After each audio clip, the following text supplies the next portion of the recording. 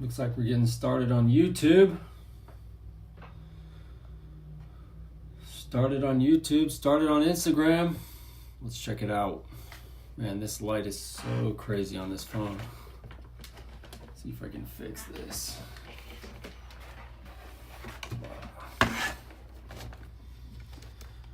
Something better. Nice. A little bit better every week. We are live on YouTube finally. What's up, Jeff? If I said that right. And I hang out and open a chat. I might have a guest pop in I invited. Kind of last minute though. And pretty much cover a lot of the same stuff this week. Talk about breaking families, but that's a huge, wide open topic, really. Man, thank you. I've just been gathering in so many people in a quick amount of time. Good evening. Thanks for being here. I invite you guys to subscribe on YouTube as well. We finally got live on YouTube last week.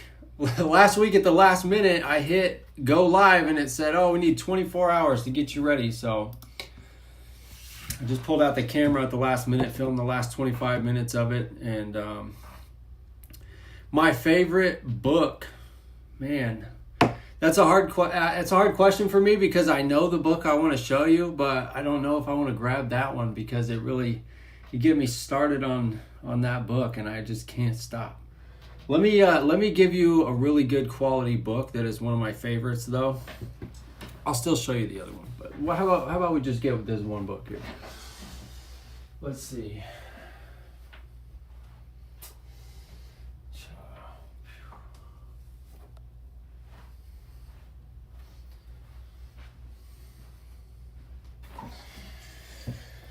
This one right here is called Edidorpa. Got a good light on. This is a Razer Ultra on Instagram I'm using over here, that new Razer phone. Me and my wife won it for free from Motorola. It's crazy.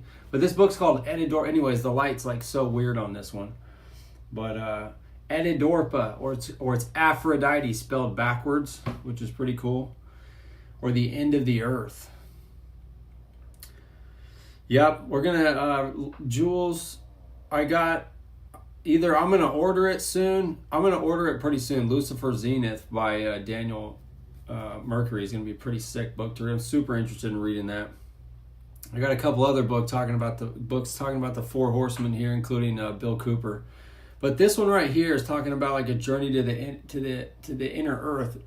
But like I guess they used to pass this book around to the like Masonic lodges like 100 years ago or something. Well, when did this book come out?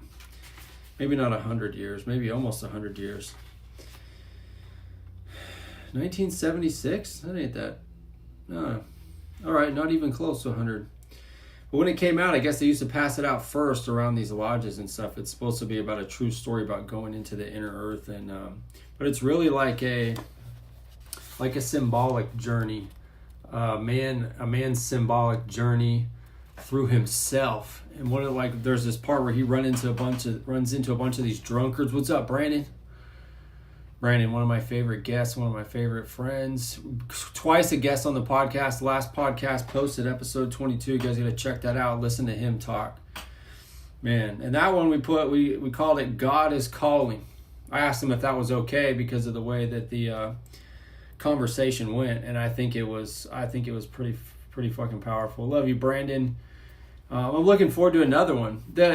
Just like many things, as soon as you finish up with something, as soon as it's over, you're like, man, I want to say this now. I want to talk about this. I forgot to cover this. And that's how all of them kind of go, but super powerful. Anyways, somebody just asked Edidorpa or the End of the Earth.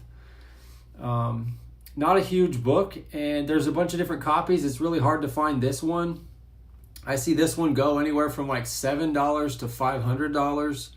And I think last time I checked, it was way back under 500. So it's a pretty cool book. It feels way older, but I guess 1976, that ain't that bad. Although that's like almost 50 years or something anyways. But that ain't that old compared to a lot of books I have here. But it's just about a journey to the inner earth, but it's about like an inner journey within yourself. You know, he goes through this place where he's trying to get through a bunch of these drunkards, you know, and make it past that life and see them making all of their mistakes. You know, there might be a lot of reasons, especially going through the family court system. It'd be a good segue into another part of the conversation here is hearing about guys, fathers from, you know, some of the last generations dying of alcohol poisoning, you know, dying of drinking too much. What's it called? Liver cirrhosis. And they had to fight for custody. They were going through family court. And I got a buddy of mine who I'm modeling that marketing agency off. I know it's kind of a weird post to show up on American Fathers today, but I'm using that company as my main source of income. Coming out of just Uber driving basically right now. I mean, I'm 37. I've gone through a lot of different jobs and tried to start plenty of different things myself, failed many times. I had another American Fathers page before this, nobody ever really heard of because it was just kind of a failure, but it was a practice run to do better now. And let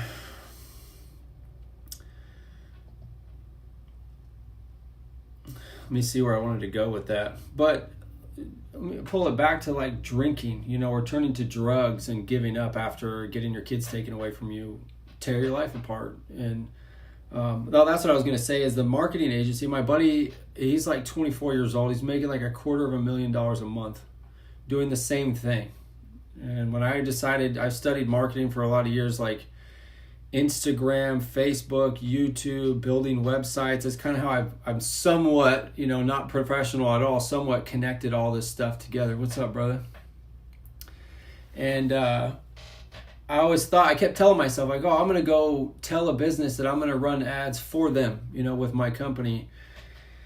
And I overstudy, overanalyzation, paralyzation kind of a thing for years, you know, just like trigger shy. And then my buddy in San Diego was working at Tahoe Joe's.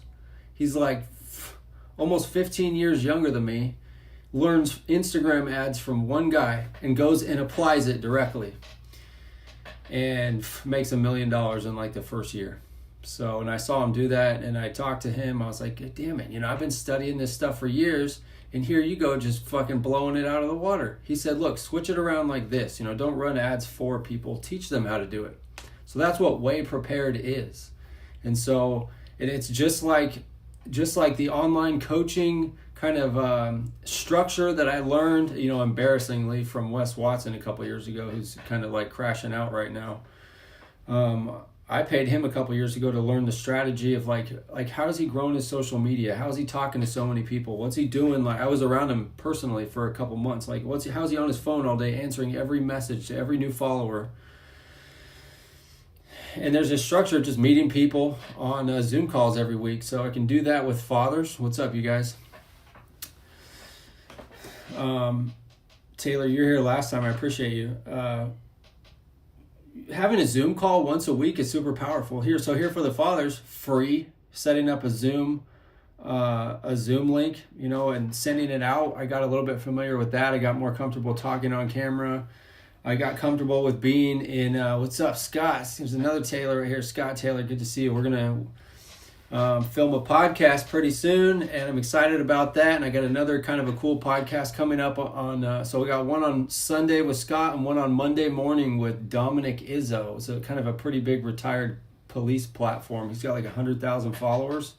That podcast is on Monday. None of those podcasts are live. They're pre-recorded. And mostly just for like safety of what's up, John? I appreciate everybody coming to hang out. I think this is the most we've had so far. I asked James Christensen from How I Got Custody to come over and hop in. We'll see if he has time tonight. If not, it's probably better for him. We'll plan ahead. But he might come in over here, and I've been growing a friendship with him. And I'd like him to hop in and like promote his page. If any of you guys have heard of him, go follow him. It's just at How I Got Custody. I'm going to be bringing him up a lot. I'm going to be bringing him up to help fathers. I know I'm like skating through topics right now, but maybe a little bit of ADD going on. But he might pop in, and I want to help grow his page so he can start going live on Instagram. He has the ability to help guys fight in court. I mean, actually guide you. You know, it's not officially legal advice, but he shows you how he did it. What's up, you guys? Thanks for being here. James Christensen with How I Got Custody will show you how he did it, and he's got paperwork to help you out, and then he'll go through a consultation with you. The lowest cost that I've seen anywhere is $100 for an hour and a half, and he'll show you how to respond to a restraining order, how to fight back against it, and then he's really aggressive with contempt, which if I had been aggressive with filing contempt in my case from the beginning, way back in 2012, I would not have got my ass kicked as hard as I did. So that's why I love him. Yeah, $100 for an hour and a half, and then every consultation after that is $80 an hour, and you can do it in half-hour increments. So what I'm seeing with other people, there's this chick I just heard of that she's charging like $400 or $500 an hour. Dad's Law School is $500 an hour or $300 a month for like group meetings and stuff that he does. That's interesting. I think that like with that guy, Dad's Law School, I don't really agree with everything that he says, but he has a lot of information. You know, when I get enough of the extra money, I'm going to go through like talking to some of these people, pay them for their time, like the Dad's Law School thing, and check it all out. But Dad's Law School does not like to file contempt. I asked him about that in the podcast we did, and he explained his position, and it did not make sense to me.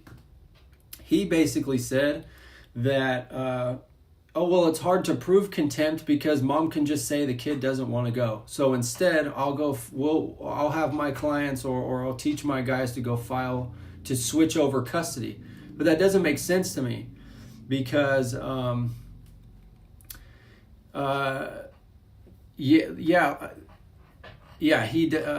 don't think he likes Dad's Law School. He speaks out on a bunch of them, and it's fine. It's fine with me. It's not always the best to really go into like attacking people, and I have a issue with that. Sometimes I've done it. I don't really do it that often. I really let this girl have it today because that post pissed me off this morning. But with filing, you know, to ask to change over custody with Dad's Law School, that's what he would rather do than enforce contempt. But it doesn't make sense because if you're going to say, hey, I want to switch over custody because the other party's not following the order or mom's not following the order, then how are you going to prove that if you already said you can't really prove contempt is taking place? Because you're still going to use mom's not following the order for either one. Mom's not following the order, so you're going to file to enforce contempt. Or mom's not following the order, I'm going to file to switch over custody. You're still going to bring in the same argument that mom's not following the order. And I wish I would have asked him about that on the podcast. Maybe I'll get another chance in the future. But I have a lot of respect for him for coming on the podcast. I invited Randy from Present Fathers and Ryan from The Unmarried Father. It's still an open invite. I'll have them at any time. But those guys seem to want to kind of keep their distance. Because I made a couple posts a few weeks ago that like pissed them all off. But I had good points, you know. I talked to him on the phone after that, and I was like, all right, you know, well, let's talk about it. And then they didn't really talk about any of it. I think they just kind of wanted to do damage control so I wouldn't keep talking about them. But I don't want to make my platform just talking about other people all the time. Because really, mostly, all these people, they want good results. You know, they want families to come back together. And that's the most important thing. So it's not really about like attacking or having division and animosity and stuff. But I still think it's important to call out and say like, hey, this is pretty wrong right here. You know, why don't we talk about this? And sometimes they just don't want to talk about it. Anyways, filing contempt. James Christensen, I'm going to read your comments right here just a sec. I just don't want to lose this thought. Filing contempt, working with James Christensen, How I Got Custody. From the beginning, if my kid's mom was breaking the order immediately, first order we got, 2012. We actually agreed on 50-50 in December of 2011. And then we had changed the order by January 2012, a month later, not even a month later. Didn't follow that one either. And if I would have filed contempt right away, then I could have built, even if they didn't enforce it, they would have built a pattern. Okay, contempt, and kept my cool, not freaked out, not, name call, cussing, yelling or fighting. I didn't really do all that stuff, but there was times over the years from 2011, 2012, all the way to 2018, 19, 20, 21, 22, all those years, there's all kinds of different problems.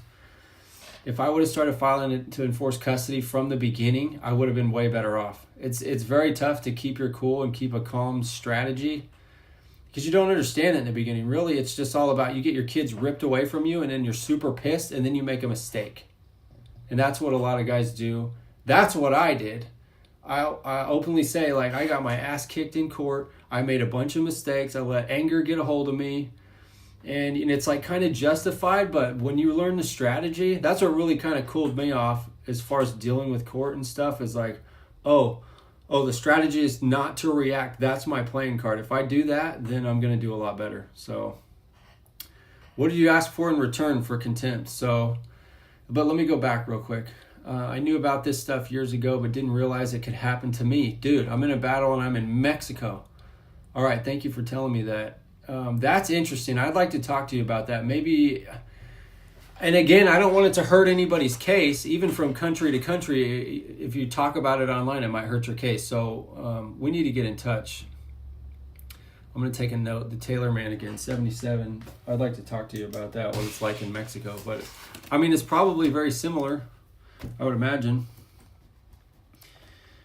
And then Jules asked me, respect for all who speak up, Tyler. That's right. Really, like, it's not like any of these people are evil, It's just that there's differing opinions, and it'd be nice to talk about it sometimes. What's up, Adam? Adam Vina's in here. Me and Adam are going to go live on Father's Day, by the way. I'm going to start making some promotional posts for that. That's going to be pretty cool. Adam came up with the idea, and he thought of me and said we'd like to talk on Father's Day and spend probably like an hour and then do another hour just back-to-back live. That'll be really good. I'm going to make some posts on that. Adam's awesome. Because there's going to be a lot of guys that aren't seeing their kids on Father's Day. I'm not going to see my oldest child on Father's Day. I haven't seen her in person in 7 years. I got to text her back and forth for several years until last October when things kind of blew up a little bit again. Her mom tried to get me thrown in jail and it didn't work. Because I know kind of what I'm doing now. I know you got to know your orders, what you can and cannot do, and don't try to ride the line. So now I'm just in no contact with my kid at all. She's almost 17. She's going to be an adult pretty soon, one more year. Is there anything else that I missed? Let's see. That's another comment. This is cool. I appreciate everybody in here. Just keep asking everything and anything, and I'll answer. This is what it's for, because this is easier than joining in. Like, the Zoom calls on the weekends are great, and I'll send the links out every Saturday morning, but being able to just hop in here if you're just a follower or something and talk is really cool. It's really helpful. I think it says I got one person watching on YouTube, so this is new on this week. Let me check on these. Got a friend from Minnesota watching. What's up? Thank you. You can say whatever you want and talk online. Is that what you're saying? Tony, what's up? Tony, okay, so somebody, I know who that is. What's up, man? Me and Tony are going to talk soon too. I keep forgetting we're going to talk at night, but my son's about to be born. I'm certainly an American father. I've got 5 kids. My 5th one's about to be born. Let me catch up on some of these Instagram. Tony, me and Tony are going to talk pretty soon. Scott Taylor on Sunday. Dominic Izzo, a retired police officer with a pretty big Instagram account, like 100,000 followers. We're going to do a podcast on Monday. Feels better that there's regular dudes out there in the same boat. It does feel better. Man, that's tough. 7 years. Yeah, that's why I'm so pissed. I noticed a lot of people came by and saw that comment because somebody asked me, and it was a positive post. Like that girl, I'll still say, I think it's good to have a palate cleanser sometimes and show some of these, especially because it's women, because it seems like I attack women a lot, but really it's just a lot of women that are, ruining families like this with the court. But I get some smart ones sometimes with some wisdom, and I said, this is a smart woman right here. She's doing it right. This one was talking about dating other, men when they have a daughter, and it's good to be a lot more cautious. I liked what that girl said as opposed to the post right before that where she was joking around like her boyfriend was her little girl's boyfriend. Like, it was just like pisses me off. Anyways, this is why I'm so angry. I know a lot of people are super angry. I do not suggest at all, showing it through your case or communicating with your ex in any way, or with police if you have any interactions with them. I had a ton. I had probably easily over 40 interactions with police. Let me see what this is.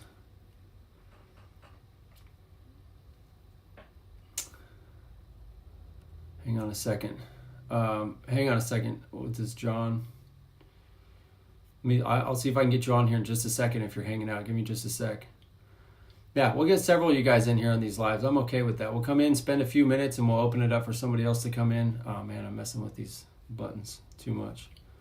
It helps to know that somebody else is going through it, and that's kind of what I do with these posts, is it helps other guys to see a little bit like, oh, he's talking about the same thing most of us are thinking anyways, you know?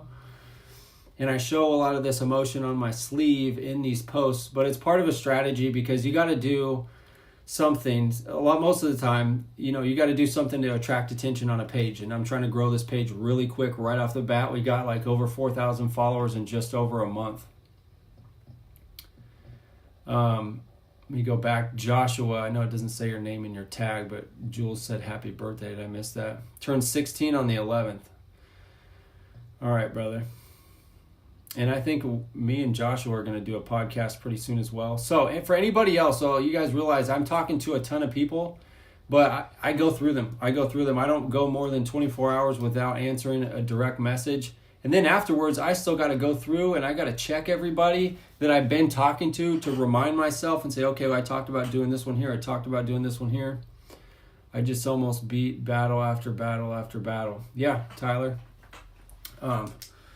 Let me see. I don't want to skip Taylor here. Mexico. Okay, so more about me too. I've had like over 20 court orders, but that's including temporary ones.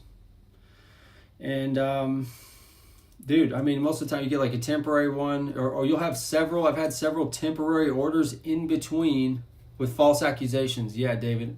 I've had several. I'm going to answer that. I've had several temporary orders waiting on one order to be finished up. For me, false accusations, December 2011, I was not even living with my kid's mom.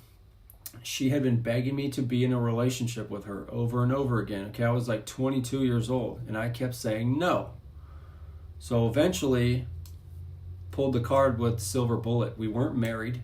We weren't even living together, and she still got me a charge for domestic violence. And that was from an event that happened like during a pickup where my daughter was with me over at my mother's house and my little sister was there. She was like 13 at the time. I was 22. My kid's mom comes in late, basically a no-show to the pickup. And then let me see how much I can talk about here. I can talk about it kind of like this in general, but eventually after restraining orders over and stuff like that, I could get a little bit more into detail. I'm never going to name names or actual locations with that stuff because we don't want anybody to be harassed. I don't want anybody else out there to really do that. But in generality a little bit, it was like wintertime. So my little 2-year-old was like dressed in winter clothes and getting too hot on the inside of the house. Mom was basically a no-show, took off the hot clothes, and mom comes showing up, honking the horn outside. Bah, bah, bah, bah, bah. I said, come around and just come in through the front door. My sister will let you in. You know what happens when she gets to the front door? Ding, ding, ding, ding, ding, ding on the doorbell. That's how it started off. Then comes in, gets on Facebook for like 20 minutes. Talking shit to me while scrolling her Facebook on the computer inside my mom's apartment. Okay? And eventually started beating the shit out of me. And then walked out, called the police, and then got a warrant out for my arrest for domestic violence. And I was 22. I didn't know what I was doing. I never even heard of domestic violence before. And I should have fought it. Like my report, one of these days, like I said, after, because I'm still on another domestic violence restraining order right now, which is eggshells. They're very dangerous. Do not, if you're on one, don't contact your ex. Don't contact them directly or indirectly. Don't go anywhere around them. Don't like post pictures of them. And a lot of times your child is also on the protective order. So like, don't post pictures of them or anything like that, you know, just stay away from it. It's like, because they'll just get you and you can get in like super shitty, big life ruining trouble over it, you know? So, but anyways, that's kind of what I went through. I'm in one of those cases where I got beat up by the girl and then she called the cops and the cops came and they didn't arrest me that first day. They arrested me like a month and a half later. And I wasn't really on the run or anything. I didn't think that they were, I didn't even realize, like, I don't even know actually if there was even a warrant out at that time. According to the police report, kind of, yeah. But then we went into, I'm going to come back on a bunch of these comments. We went into family court for a custody order like 2 weeks later. Okay, I'm in there, and the judge asks her, says, "Oh, does he have a warrant out for his arrest?" Like, the judge is depending on some mom with no attorney, some young mom. Does he have a warrant out for his? Oh no, there's no warrant or anything. Okay, we can move forward with the trial. So here I was, not even paying attention. I had no adults around me. My dad had died almost 10 years earlier when I was a kid, a teenager. To tell me, hey, you have a Fifth Amendment right. Don't go in there. If there's a criminal, if there's a warrant against you or anything, don't go talking in court about the case or any of the events or anything like that. You know, I didn't even know. And here we were. I was like totally giving a testimony over the whole story in the family court. And I have this transcript, by the way. And that judge did not give a shit about my Fifth Amendment order. I put in a complaint about that judge sometime later. So I've been through so much. Like, I have not seen my child since she was 10 years old, and she's almost 17. And at this point, what happens, I'm scrolling up these comments. What happens is, like, once they hit 10, 11, 12 years old, they can really start being turned against you, alienated, and literally turned against you to hate you. Because they're no longer like so young and innocent anymore. They're always innocent. None of it's their fault. But once they start getting older, the alienating parent realizes they're going to get smart enough to start. They already see a lot of things going on, but they have to be in a survival mode and kind of go along with it. But it really gets turned up by the abusive alienator parent because they really got to pour on the sauce, the propaganda to the kid to get them to hate the other parent as they start getting in between being a small child and growing up to being an adult, you know, through those teenage years. It's so sad. And that, like, me and my kid, we're always inseparable. I've got hundreds and hundreds and hundreds of pictures, even from just a little bit of every other weekend time that I had with her for a while, of, you know, beautiful times together. And now the last time I talked to her on the phone, she told me she never wanted to talk to me again. For no real reason. The Taylor man, yeah, we will. Send me a DM if you can. But I just took a note. Actually, I need to finish writing it here. I'm going to reach out to you. I'm really interested to hear about what's going on in Mexico. Yeah, okay. I think I'm catching up with these. Jules, a mother in here, is a friend of mine who's kind of alienated from several of her kids, I think, and it happens to women too. I don't really totally write that off. But it does happen to some women too, but mostly by far it's men. I'm always not seeing my kids. I didn't know 7 years, and you have no order. Tyler, where are you located? You're in the U.S. probably, right? If you're still here. Josh, your daughter's 16, but and like with Josh, man, this is a cool thing here. One of these guys, a recent follower, send me a message, and this happens often now. I get a new message, just bam, right from a new follower. It might even show up in my request if I don't follow them back, and they'll say, "Hey, I'm going through this, and I need some advice." And so, first of all, I'll say for real advice to go fight in your case, I have been sending people to James with how I got custody because he actually has a real structure and to do that. I'm not in a place where I can offer you. I know a lot of the paperwork. I know how to fill it out. I would say, like, I know if contempt happens, file contempt immediately. But James is a lot more organized with it, and he won. He kicked ass in court. I got my ass kicked in court. So I understand everything that James is talking about, but he's in a position to really help you move the pieces forward and kick some ass in court. So I'll send people over to them. But as far as like, hey, getting you through, not losing your fucking mind, not losing your mind, not getting angry, because you get pushed in a corner like an animal.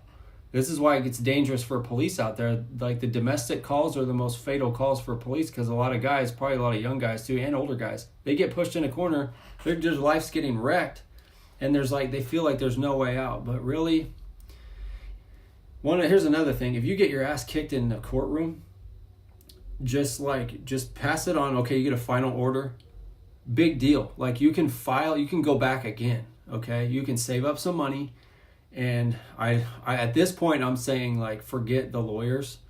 But even if you wanted to get a lawyer, save up some money again, go back in there stronger. And you might even be able to get a lawyer this time as to where your ex can't afford one this next time. You know what I mean? You don't know, really. But fighting on your own and talking to like James Christensen is going to be really big. I'm going to be doing a lot of content with him as we move forward. I did one interview already. It was really good if you want to learn more about him. He's actually got thousands of videos telling you how to do it all for free. Go to his YouTube and type in contempt. Go to his YouTube and type in protection order, and he's got a bunch of videos on it. But $100 is pretty damn reasonable to get an hour and a half with him just to get started on a consultation. Joshua says here, a ramp junkie is the text. In Minnesota, CPS took my daughter after making a kill list. The cops, because your child did, right? The cops interviewed her without my consent, and I wasn't aware until the principal called after school ended and told me about it. Yeah, like I had a post about another story about a 14-year-old boy being held at school, interrogated by the police, the principal, CPS and stuff before dad was even called and notified about it. Because that's how sick it is. It's really this society like what we're seeing right now. Fathers are thrown in the trash. American fathers. Fathers in Western countries all over the world. Like, this isn't just about fathers in the U.S., but, you know, I named it just to, like, focus on our own here first, but it's everywhere. My first interview was with a guy in Sweden. The same stuff's going on out there. London, Canada, Australia, and probably in Mexico, too. It's really just like, it's just worldwide. Like, you get dad out of the way, then you can control the future by controlling the kids. That's what I think about all the time. And when I say irregular warfare, it's like everybody's thinking about people in green outfits going overseas and stuff, but there is other types of warfare. It's called irregular warfare that's not regular, right? Getting inside of the mind and having stuff like having our own spouses, or all these women here, lawyers, judges, expert witnesses, guardian ad litems, all this little formula working together to set out bribes and stuff. Get dad out of the way. Get kids into school, get them indoctrinated, get them to believe all this other shit that's all anti-family and man-hating, you know? Men are protectors. Men are mostly majority good. They love their kids. Even if they break up with their kid's mom, they're still... I was, even at 22, and I never even heard of any of this. I was like, oh, okay, well, I want my kid to be in a nice place, or I want her mom to have like a house, shelter, you know, a nice place. Like I'm going to work hard and try and buy them a house so they don't have to depend on anybody else. But really, I just kept getting wrecked in court again and again and again. Job after job ruined. Hospital called CPS and claimed I abandoned my daughter, and I was thrown, still ramp junkie. I was thrown into Chip's case, no evidence, and they still sent her to her mothers who abused her. And that's what's sick. They seem to want to, I think Dominic Izzo just confirmed Monday, that's pretty cool. Like they want to send the kids with the bad parent, you know. John, if you're still here, I'm going to accept your request to come on live if you're still here. Just a second. This is great to get so many comments. It's been growing every week. The group call on Saturday has been growing every week. Tyler, exact same thing happened. Jules, girl's 14, scared to speak up to her father. And that's the thing too, like the kids, like it's in a survival mode when they're around the abusive parent, the actual alienating parent. They're made to feel like they're disloyal, and they're not even allowed to say I love my other parent, which is just so sad. And it's child abuse. That's why I'm so angry in a lot of these posts and stuff, that I'm just pissed, because that's literally the mood that I'm in when I'm making some of these posts. You know, it pisses me off. Exact age, timing, now 14 and hates me somehow with like no real reason. They're turned against. It's one of the sickest things. And Brandon Angel was in here. I'm not sure if he's still here, but you guys should go listen to the podcast with him. He brings in a lot of important vocabulary that could be easily overlooked whenever we say parental alienation. And he's pissed too when we're talking. He's like, dude, that's just like a soft word.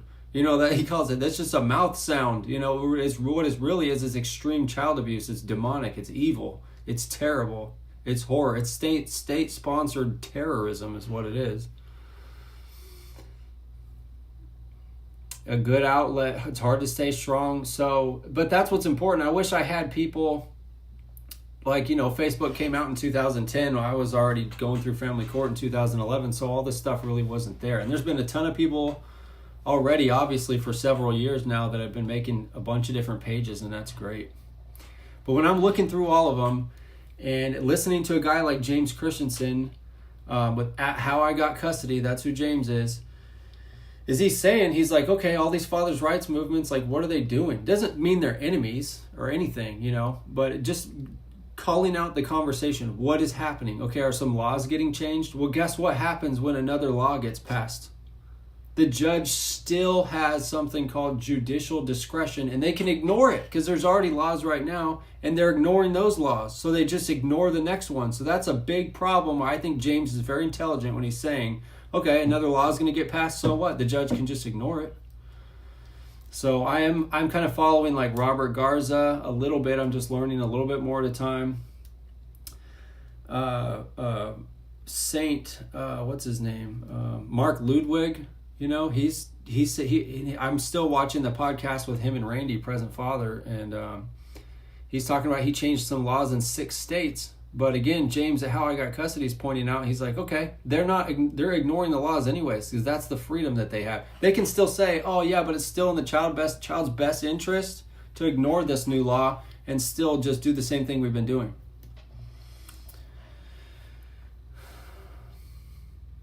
All right, Ramp Junkie said, your judge may be a dick at times. I can say he is fair. That's what's interesting to me too, is some of you guys actually get the same judge for a longer period of time. I have had 8 judges for one trial that lasted 4 years. It kept being delayed, and I filed contempt in the middle of it. I filed 2 sanction cases in the middle of it. They denied them all, screwed me over, and then named me. I had to go through another case and defend myself, and I lost, and they called me a vexatious litigant, which they're trying to say that, oh, I'm just filing too much shit all the time without any real reason to do it. When I filed contempt, it was 220 counts of contempt. The stack that I filed was 700 pages. And they just gaslit the hell out of me in court and dismissed all of them. 144 of them were missed phone calls. Okay, but that's still from 144 to 220. That's a shitload more of not showing up for drop-offs or dropping off late, or the mom was supposed to stay in her house and I was supposed to stay in my car for a certain amount of time period in between that. She'd come outside of the house. The school, the treatment at the school. There's so many. I'm sorry. I know there's bunch of more comments down here. I'm kind of trying to catch up. At the schools, I called the school before, like, hey, I got today's my visitation day. I would drive from San Diego up into Bakersfield 4 hours on a Tuesday just to get my kid for 2.5, 3 hours after school. The school one time called mom, said I was coming, even though it was on the court order that they had a copy of. Mom went to school and picked up my kid and took her home so I couldn't have her. And then I get there, and then I'm waiting on police 5 hours to show up. My whole visitation time is gone. I think that time I just told the police, like, hey, fuck it. Like, I'm just driving back home. I'm not even going to sit here and wait for you guys. Drove all the way back to San Diego, 4 hours. So, and I've had over 20 judges in all of my court cases, and about 10 actual final orders. Courts are filled with terrible judges. We're learning from Daniel Mercury that these judges can be thrown out. A lot of the shit that the laws they're working on and stuff, it's all illegal. Real men are protectors. That's how far back I am in the comments. Let me see how many more we got. And then, we got a bunch. Child support is fraud has really good info. Yep. I like that page. A lot more to learn. Tony Dixon, I'm going to be doing a podcast with. Keep an eye out for that one. He is self-educating on a lot of stuff, and he's going to have information that we can learn from. Yep, $30 million to train them to do this. Bearded Woodworker, what's up? Sorry. Yeah, this is a busy one tonight. This is great. I appreciate it. Let me just see real quick if John, are you still here? He probably removed it, I think. John Wack, if you're still here, hit that again. My button for accept says that I won't let me hit it, probably because you removed it or he's not here anymore. Man, the lighting's so weird on this phone. Let me check YouTube again. Yeah, just a couple of comments there. But that's what I've been through a ton. Most of the time with all my police interactions, I was the one calling police asking for help. And I'll say, in my experience, it was worthless. It was worthless. They'll show up and they'll knock on the door for you or something. They'll read the court order. And this was funny too, is with court orders. They'll say, this is a little bit confusing here. Or the court order's crystal clear, and then mom's over there saying, no, it's wrong. That's not the order. We have a different order. And they'll eat it up. They'll be like, I don't know. You got to just go back to court, dude. Imagine how much, a lot of you know how much effort it takes and how much money it takes to go to court. And most of the time I was representing myself. I had a lawyer once for about 5 months and I got drowned out of money immediately. I borrowed the money to get the lawyer. It was only $2,000 and I got drowned out immediately. Because you know what they did? Delayed my case. And the lawyer didn't even show up to my trial. Title 4D incentive, absolutely. And there's different like numbers that I see going around for how much money each state gets for every dollar that's a part of child support. But Living Life Board, what's up? David, modern women are natural liars. They can't help it. Society is putting their head in the sand to this. Yep, it's easy for women to convince and continue with their bad behavior. And then that's what I'll say about that with the female bad behavior is it's worth money. You know, conflict in general in the family court is worth money. I hope I say this right. Just Gigo.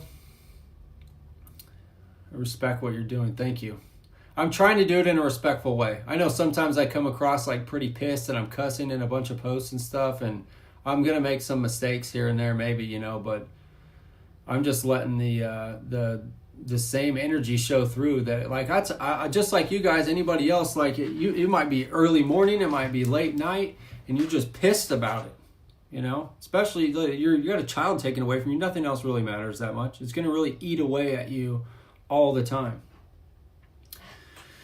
And there could, you know, and I'm married. I have a wife now, and I have 3 more little girls and 1 boy that's about to be born any minute right now, really. I mean, we're not in the final stages of labor, but we're like, she's going through some heavy practice labor right now. Body goes in and out, the Braxton Hicks, but we're a little bit past that.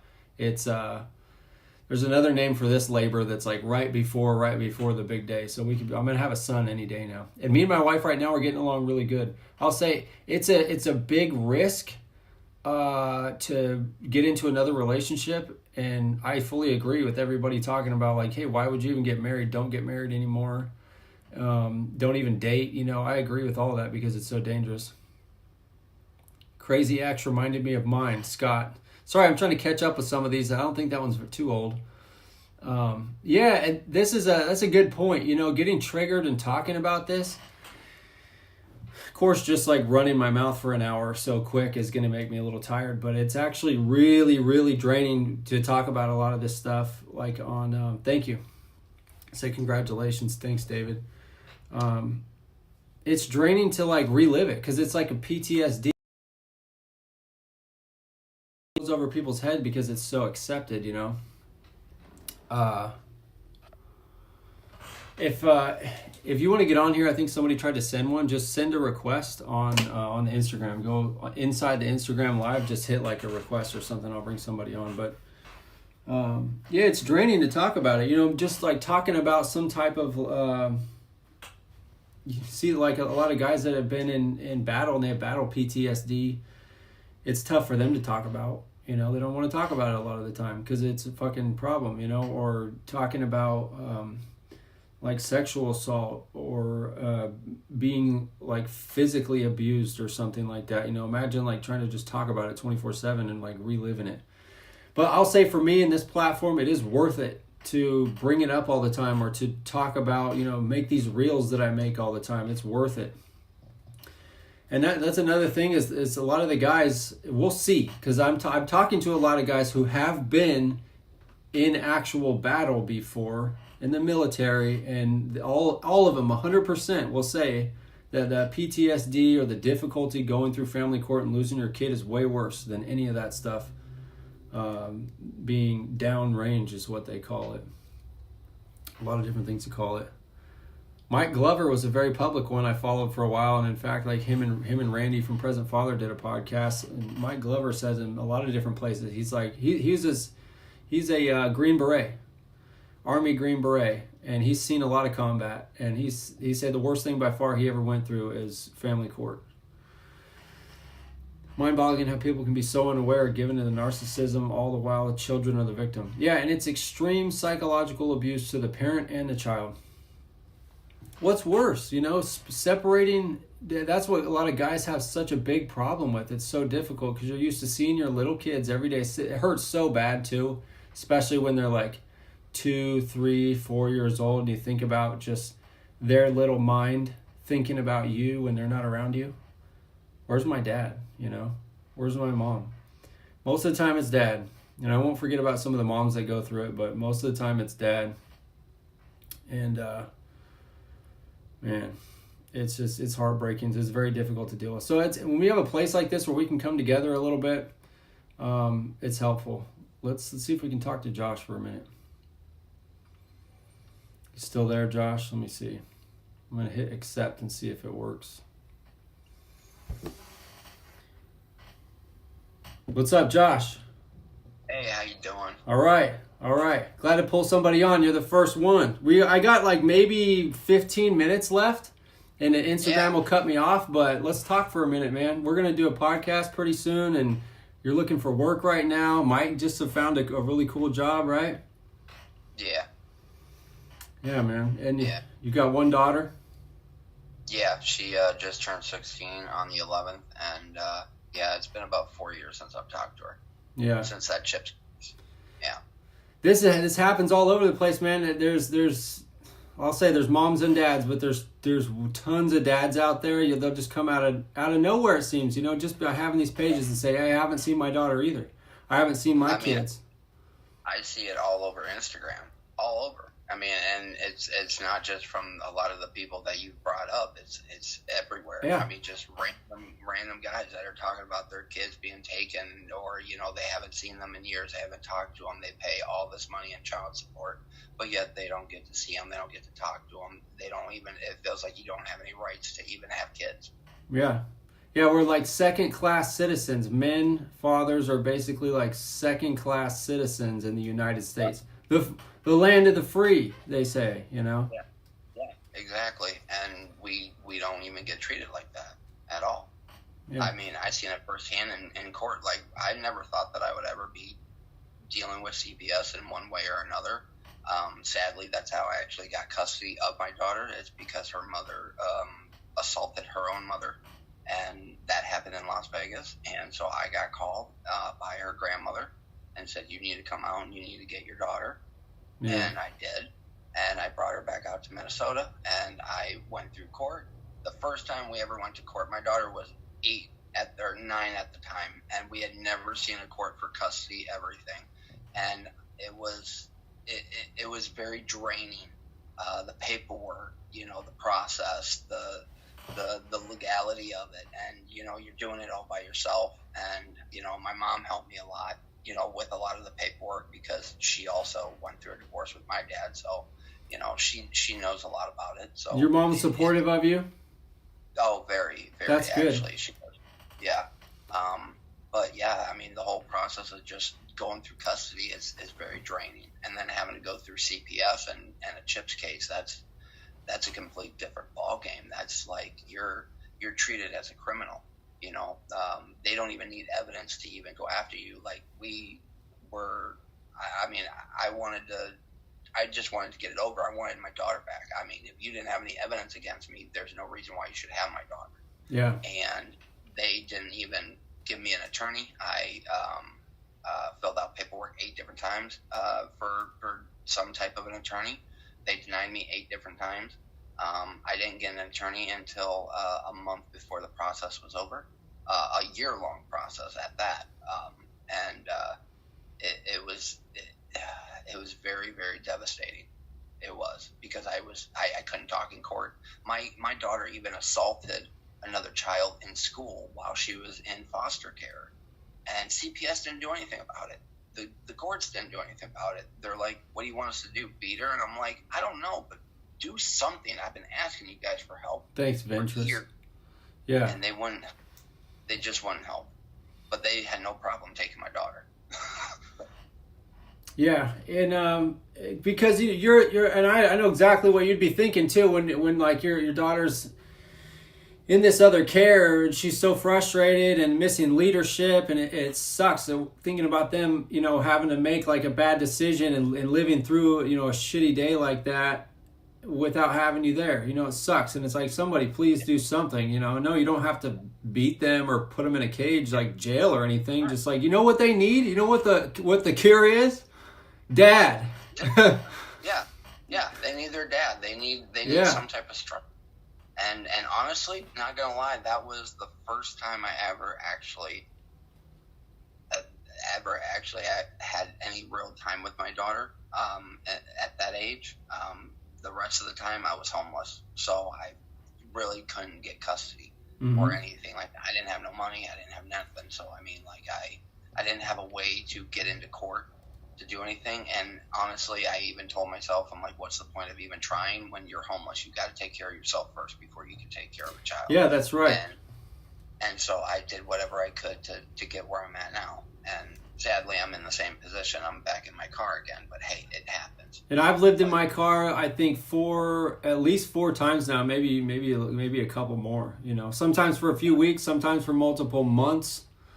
Yep. Months and months, showering at the gym, if you can even afford that, which that's still, what's the gym's like $40-$50 a month now, like that's kind of like undoable, Yeah. I was gonna ask you, child support, were you put on, do you have to pay, like if like CPS is taking a child, do they still come after dads for child support? Yeah, actually, I owe the state of Minnesota $700 for the entire time that she was under foster care. $700? Yeah. All right. They were charging me $75 or more a month for child support while she was under CPS custody and in foster care. Yes. They haven't taken it out of my check like regular child support does. And I don't even know if they'll even take my state taxes for it. I have no idea. If it happens, it happens. I don't really care, but I'm sorry, but you took my daughter without evidence. I don't owe you anything as far as I'm concerned. Yeah. I should be trying to throw you in jail for doing what you did. And I've been talking to lawyers. I've called lawyers. I've talked to state's attorneys. I've talked to district attorneys. I've talked to Congress office. I've called everybody during the process, and no one would help me. Not one lawyer would touch it. Not one state's attorney would touch it. Not one person would even bother with it, because once you mention the Mayo Clinic Hospital and CPS, it's over. They don't want to touch it at all. Sad, man. They're just like child snatchers, Yeah, they were. Yeah, Taylor, did. yeah. I might redo the live right now in a second. Yeah. I think if this goes off, let's just do it. I'll pull the live back up. It'll give me another hour. I don't know if I'll stay a whole another hour, but if we run out of time, I'm just going to hit live again, and then I'll keep going. It was really good talking to you. I'm not going to keep you long because I know you're busy, so go ahead and do what you got to do. But yeah, you and me are going to talk soon, and what I want to mention too is like, for me, like, I'm not coaching people. I'm not coaching people through Pro Se or anything. I like James to be able to do that because he's obviously organized with it. But this support and being able to talk about things, relate to things, realize that people care, and then to be able to say, hey, this guy needs help right now. I'm talking to probably, I think, 10 to 15 guys that I'm watching or directly talking to that are currently homeless right now, literally. So be able to say, some guys in here will be in a better position to say, hey, I can help get them a meal today. I can help look them for work. And Josh is a Marine, and I've been in contact with another Marine, and he reached out, and I'm praying that this works out. And he said, Josh, hey, I want to get you on an oil rig. Right. And he's getting paid good money, and so Josh might have this opportunity. Right, because that's a good job, and I'm more than willing to do it. I mean, the conditions that you have to deal with is nothing more than what we dealt with in the military. Yeah. So I mean, yeah, it sucks. Maybe do it overnight or during the day, 12 hours at a time. But 2 weeks on, 2 weeks off for like $6,000 or $7,000 a month is going to be good. And I'm praying that this works out. Even if it didn't, we just keep trying and saying, hey, I know this. I can help a guy here. I can help here. Well, you know what? I'm going to honestly thank you for that, because if it wasn't for you reaching out when you did, I wouldn't have had that contact. So I appreciate it. Isn't that cool? And I just want more and more of those to happen. There's a guy that's in his tent right now. He just had to leave his apartment, and he's in a tent at a campsite. I think it might have been himself or somebody else helping. He can stay there for a week. Mm-hmm. And he's got a week right now in a tent. My other friend, I interviewed him from Canada, Richie. I'm not sure what number the interview was. There's a couple guys from Canada. This one's Richie Massia. He lived in a tent for almost 2 years in Canada. Now he's in like a basement, and he's 46 years old. Yep. JP Steinberg, I just did an interview with him. He's in New York. He's staying in like a basement of an office building. He's 51. This is not where guys in their 40s, 50s should be staying. No, not at all. I don't even think it's right for even a 20-year-old. I mean, yeah, of course. When I first started being homeless at 23, I was living in abandoned buildings in the middle of a desert in Arizona. Working Venture, same thing. Like that. I mean, it was, it's very. It's something that I don't think anybody should ever have to go through, whether you're a man or a woman. I don't care who it is. You should not have to deal with those conditions of ever feeling like you don't have anywhere to go, no roof over your head, nothing. Yeah. And I see it all the time. I've seen the homeless. I've been around it all over the United States, between California, Arizona, Michigan, Ohio, Illinois, all over. And it's disgusting, and it's not right. Yeah. Like I said, second-class citizens is completely demoralizing. It's even more like as a man, it's not exactly like scary because you could take care of yourself, but it's like, dude, it feels like shit to be in your car. Like I had a Ford Explorer 1998, and I put the back seats down, and it's like bent like this in the middle, and it's a big ass like metal bar, and I'm laying across it. It's like you're waking up, and because I would not go somewhere where a bunch of people were staying in their car, because those areas can be pretty dangerous. I would be right in plain view, basically, and I'd get up. The most embarrassing part's like opening that back door in the morning, and people are seeing you like get out of your car, and then see it, and then I'm like, fuck it, I just got to fold up my blankets right now and just not care what anybody else says. Go over, get some hot food from the grocery store. That's what I did about 2.5, 3 years ago when I was in my car previously. I stayed at a gas station about a mile away from where I worked at the airport. Mm-hmm. And I mean, I didn't really care. I'm like, I don't know what you want me to do. I mean, I knew the management. They didn't care that I was there. So, I mean, and I didn't bother anybody. I sat in my car. I parked all the way like in the back of the building where no one could really see me. Mm-hmm. I didn't bother anybody. I used the bathroom if I needed to. I bought food there. So, I mean, I didn't really care. I didn't bother anybody. So, yeah. And I mean, you got to do what you got to do in order to survive no matter what. So, yeah. It was good talking to you. I appreciate you. Hey, okay, so we'll stay in touch, and I swear there's probably like, there's at least like 20 guys that are just like ready to go do a podcast at any time right now. I'm looking forward to it. I probably would have scheduled 10 more, over the past week and a half, and I still done a couple more, but I think my son's about to be born any minute, so I'm holding off on scheduling, and then we'll do it. Yeah. So, I mean, like I told you before, just take your time and just let me know, man. We got nothing but time, so just let me know when you're free. All right, Josh. We'll talk soon, brother. We'll see. There's somebody else in line here. I'm going to see if I can accept it. Thank you, Josh, for coming on, and then we're going to get a whole interview with you soon, and we're going to keep following up with stories like Josh's on possibly getting a job. Thanks, Josh. Yes, sir. Have a good night. Have a good night. So following up on these stories, watching where guys are going. The first interview I put up, David from Sweden, he's still... battery's low. Why isn't it? No, it's all right. David hasn't seen his kids in like almost 2 years. 2 daughters, 2 little daughters. I think they're under 10 years old. And I think about him too, because like all of us have a life. We have something we want to do every day, something we want to focus on, be happy. And David was like on the slopes all the time, skiing out there in Sweden. He's got a bunch of badass pictures on his Instagram with his kids, and like he's teaching classes and stuff, and it's like all that stuff ends. Kind of. It shouldn't. I'd like to say, I got 17 seconds here. I think we'll just shut it down. Me and Josh finished up, and we'll see you guys next week, 7:30 p.m. Subscribe to YouTube, help this thing grow, and reach out and talk to me. Get in my direct message. I'll send you a link for Saturdays.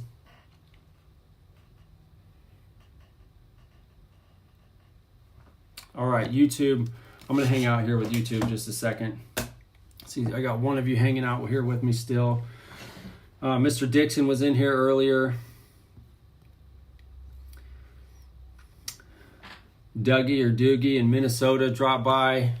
I'll end YouTube here in a minute, but I'm gonna write this in, and man, it's just wrong. Breaking families. Live podcast. I'll change it later.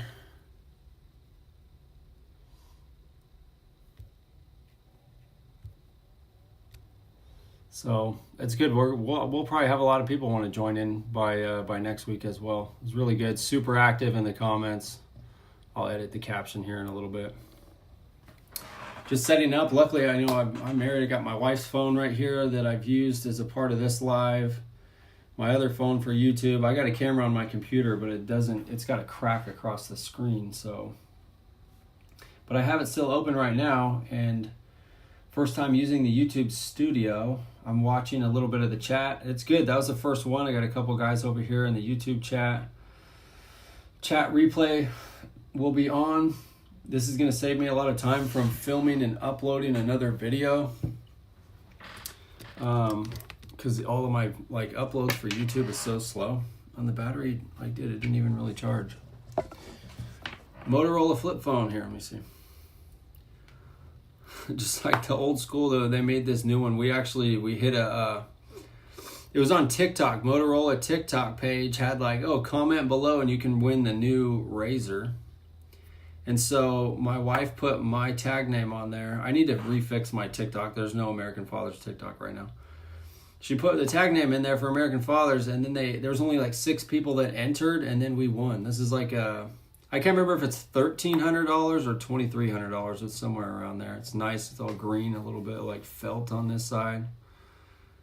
So it's cool. I mean, she loves it. The screen works pretty cool, and but it's got a weird picture on the Instagram for some reason. I did the live with it last week. It's all dark.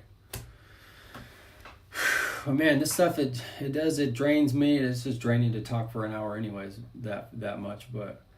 It's draining to talk about the stories and listen to other guys. I'm trying not to get on here and just cry all the time. I had tears coming out of my eyes in almost every podcast that I've done so far. What I notice about that is, for most of us guys, we're just holding it in 24/7. Most part it's easy not to cry about stuff all the time, and I mean not in a crybaby way, but it's dude, stuff is so heavy that it brings tears to your eyes and get you choked up, and it happened to me so many times over these podcasts or just being on the phone with some of these fathers. It almost feels like I released some of it in a way, and it's not happening as easy as it was as I got started doing this and telling some of these stories already. So I think for the sake of running this channel, I think it's a little bit helpful that I seem to be getting a little bit stronger with it. But I mean, it's not wrong, Other guys have cried too already, either whatever we're talking about in the group calls on Saturdays or just telling a story. It's very difficult, and it's okay, This is very serious stuff, and it's heartbreaking. Miss our kids, Let me see. We got We got Andrew, Tony, Scott, Dominic's on Monday, Joshua ready to do any day. There's another father, Steve, today. I was supposed to try and call. There's a lot adding up. So I just got to keep going through my direct messages on Instagram. And if you're seeing this on YouTube and you're not following Instagram, go over there, contact me, get in the direct messages, and then I can send you a link to the Saturday group calls every week whenever you see this. So that's the best place for now. The website, if you look it up, like, it's open, but it doesn't look like anything. It's like mixed with an old coaching website that I used to have, because I was trying to do like life coaching with fitness training and help fathers at the same time, and it just doesn't work. It doesn't work. So I'm still erasing a bunch of that stuff and then putting new things on. So right now it still mostly looks like an old coaching page. It doesn't even make sense because I've been erasing half of it. So I'm going to update that, and it'll be real clear. I'm just going to mention this structure, these Instagram posts, these reels that I'm doing, a lot of reaction reels, because that's just what's gaining a lot of attention. That's what's helping bring in a lot of people in, the reaction reels and following people.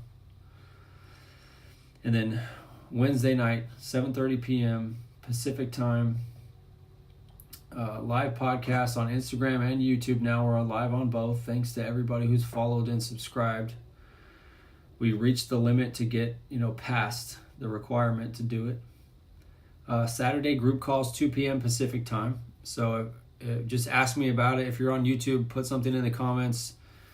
Just say the word guest and we can start the conversation. That'll make it easier for you to just like break the ice with me. If you're not sure how, just comment or DM the word guest and I will start talking to you. And then every week, Saturday morning, I go through, and now I'm doing like easily over 100 copy paste and pasting the Zoom call group to show up at 2 p.m. And it's free. And we'll probably run into a little bit of chaos in the group calls and stuff over time. Not sure, especially just bringing more people together. But I think as long as I'm trying to do a good job moderating in there and keeping everybody cool and friendly, that's really what it should be. What I notice is an hour will go by super fast. So sometimes it might be helpful, because there's going to be week after week after week, to let one of these fathers just talk. Just let him talk, If he's going to tell his story for 10, 15 minutes or something, that's probably a while on there, but sometimes it feels like a long time. And some of these guys are talking. I think it's good to just let them talk, because it helps people. There's a bunch of people in there listening. So the first 2 weeks, just like the lives with Instagram, nobody there. The first 2 weeks of the group calls on Saturdays, nobody there. Week 3, there's 3 of us there, including myself. Week 4, nobody for a half an hour, and then halfway through, another interview I got to do soon. A guy named Chaz Morgan showed up, and then we talked for like an hour and a half. And then the week after that, we had 4 people in the group, and we talked for the whole hour, probably an hour and a half. And then the week after that, there was like 9 of us. Okay, that was 2 weeks ago. Last Saturday, there was probably overall people in and out, I think 11 or 12. So it's growing. It's good. And the age ranges, one of the older guys so far, he's like 65, 66 years old. It's important to just let him talk, because like we said, Joshua that I just talked to on Instagram is like having to live in his car. And he looks like he's about my age. I'm 37. He might be a couple years older or younger. I'm not sure. These guys have nobody to talk to most of the time. And, Andrew out there in Philadelphia is like living like in a basement, and he's 66 and he's got nobody to talk to. And so these groups, and I'm going to try and help remind everybody in there too, just listen to some guys sometimes, just let them talk for a little bit. And the hour will go by quick, but it's helpful, I think. And I'm not professional help. I'm not professional mental health or medical help or anything, or legal. But friendship's okay, And that's what's important. So one of the coolest benefits that happened this week with Joshua that was just in here on the live on Instagram, he was a Marine. And another Marine that I've been in contact with saw Joshua's comment in a recent post and told me, he responded to a comment, and then he messaged me, the other guy. He said, hey, how do I get a hold of this Marine? Because my other buddy was a Marine. And he reached out to him, and Joshua just got picked up. He's gonna have his first day at like an Amazon warehouse on Friday, but like, what is that gonna do? Those little jobs are not enough, And so my other buddy is gonna put in. He sent him the application to go work on an oil rig where you can work 2 weeks on, 2 weeks off. Long drive to get there over state lines, I'm sure. Work on a rig for a couple of weeks, little dangerous, not too dangerous, and then have 2 weeks off. Drive home, have some time to rest and recuperate, and then you get like $6,000, $7,000 in your pocket.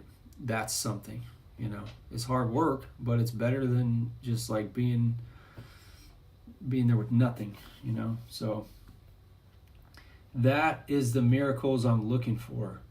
Because like even right now for myself, I don't have any money. Like I'm like Uber driving, and I'm just getting by barely. I'm like I owe a shitload of money to my electric bill. Like I'm behind on like my internet bill that's due in like tomorrow, and I don't even have the money to pay it. But staying positive, being creative, having community, and seeing these guys that need help. We don't have to wait for somebody that's just rich and super generous to come along and be like, oh, sure, I'll donate. I'll help him out with this. I'll get him a car, JP in New York just needs a van to live in again, and that's like his goal right now. So I'd like to see that happen for him. But when different guys come in and at least to say, oh, I live in this area, or I relate to your story, or, you're trying to get a job on the oil rigs, I'm going to see if I can help you with that. Come out here and work with us. It doesn't have to be money to make opportunities. Friendship, a little bit of care, listening, putting a whole bunch of different people together, and things can happen. So I don't always need money. Personally, for myself, and I'm going to sign off here in a second, I just posted about a company called Way Prepared today. It's something that I put together and pretty much designed myself with the help of standing on the shoulders of giants with other people, especially like my buddy Luke Dobson's his name. He's like 24. I'm not shitting you. He's making like $250,000 a month doing this, teaching Instagram ads to businesses right now. And so he fixed my perspective on what I was trying to do with a company I had called High Activity Online. Very similar concept, but he's like, no, don't run ads for them and give yourself hundreds of clients to do work for, which would be great to have hundreds of clients. 10 clients anyways would be great, right? Save all that time, teach them to do it. They'll pay you more money, help them for like 3 months, 6 months, maybe a year tops, for a lot of money. I'm charging $10,000 for 3 months of my services, teaching a business how to turn a camera on, point it at their face, run through a script that you can learn from AI, post it, put a budget on it, run it as an ad, turn off, this is where the key is, turn off all the automatic settings on Instagram, and make sure the ad only runs in your city. So I can tell businesses this, and I'm going to tell them for free in my content. That's what my content's going to be, telling all the information for free. What they pay me for, they're going to learn the same information they learn for free on all my stuff, which is a really cool structure and strategy. Because a lot of times you can give the knowledge away, and people that are new to it still will struggle with it. They need a little bit of help, and that's the whole point. So any business that's making good money will be able to spend $10,000 on me to help them for 3 months, and in return, they'll make that money back by just gaining more customers. Because if you're not putting out ads and you're not putting out content with a face on it, then it's a no-brainer to start doing that for your business, and you're gonna attract way more views locally, And then what do you do with those views? Well, you get them to follow you. What do you do when they follow you? You send them a direct message saying hello, being friendly, asking them if they're in the market for your services. Very simple. And then you can run another ad called a follower ad. So you gain a bunch of followers locally, you put up a post. It doesn't mean everybody's going to see it because everybody's following a ton of different people. But if you pay Instagram a little bit of money, it'll make sure all your followers see it. Only your followers. And your followers are what you call not a cold lead, but a warm lead. You want to get them hot. You want them to get them to buy. So they're warming up when they're following you. So you run another ad to your followers only. Spend some money on it. And when they see your ad multiple times, they see your regular ad that's running, and then all your followers will see another ad coming up. And that's going to start bringing them in to buy. And so that's worth a lot of money. And it costs me almost no time to teach businesses to do this over a Zoom call once a week for an hour with all of them at the same time. So it costs me 1 hour a week plus an onboarding call. Somebody pays 10 grand. I'll meet up with them one-on-one for a Zoom call for however much time it takes, probably just 30 minutes or an hour. Say, here's the rundown. This is where you get started, and then show up to this group call every week. Then I have no overhead. And so this is a design to make a lot of money. And I've been trigger shy with it. I'm like, I'm working on American Fathers. I'm trying to do this book channel called Locust and Honey Books. Trying to do Iron Read, which I'll charge $750 for 3 months of fitness training. Very similar structure, weekly Zoom calls, and then I'll put together a workout plan on an app for people to follow that I can track, But again, I'll offer all the workout information for free, meal plan for free, and let someone take it on their own, or if they want to sign up, use the app. It's cool, no overhead cost, a Stripe link to get paid. I can get paid a shitload of money with online fitness training for Iron Read, and I can get paid a massive shitload of money by doing the internet marketing with Way Prepared. So that's my plan, and I want to encourage other fathers that are struggling like this to figure out a way to get into an entrepreneurial mindset. Start designing something. I'll teach you the same thing that I do. I don't care. Or some of these guys already have kind of their own business, or they have a business idea, and I'll say, hey, okay, let's get you on social media. Let's start running an ad. I'll help you with that. Without charging them, the guys that need the help, I'll charge them nothing and help them and build success stories. And I want to be a success story. That's why I started that first post today saying, okay, Uber driver to a millionaire. Not in a selfish way, but to be inspiring and to show that you can make enough money. You can make a lot of money proportionate to how much money you're helping other people make. And so that's the idea. Charge $10,000 for 3 months. And I'll turn around and get these businesses their money back before that 3 months is up. Probably faster. So that's what's going on with American Fathers right now. I tagged all 4 of my platforms in that post. I don't really ever do that. Way Prepared, Iron Read, Locust and Honey, and then American Fathers. So that's what's going on. I'm really glad that this live worked out on YouTube this week. This will automatically post, and then I'll go maybe fix the captions a little bit on some of these if I have to, and we'll be here next week, 7:30 p.m. Pacific time. Reach out to me for the Saturday group call.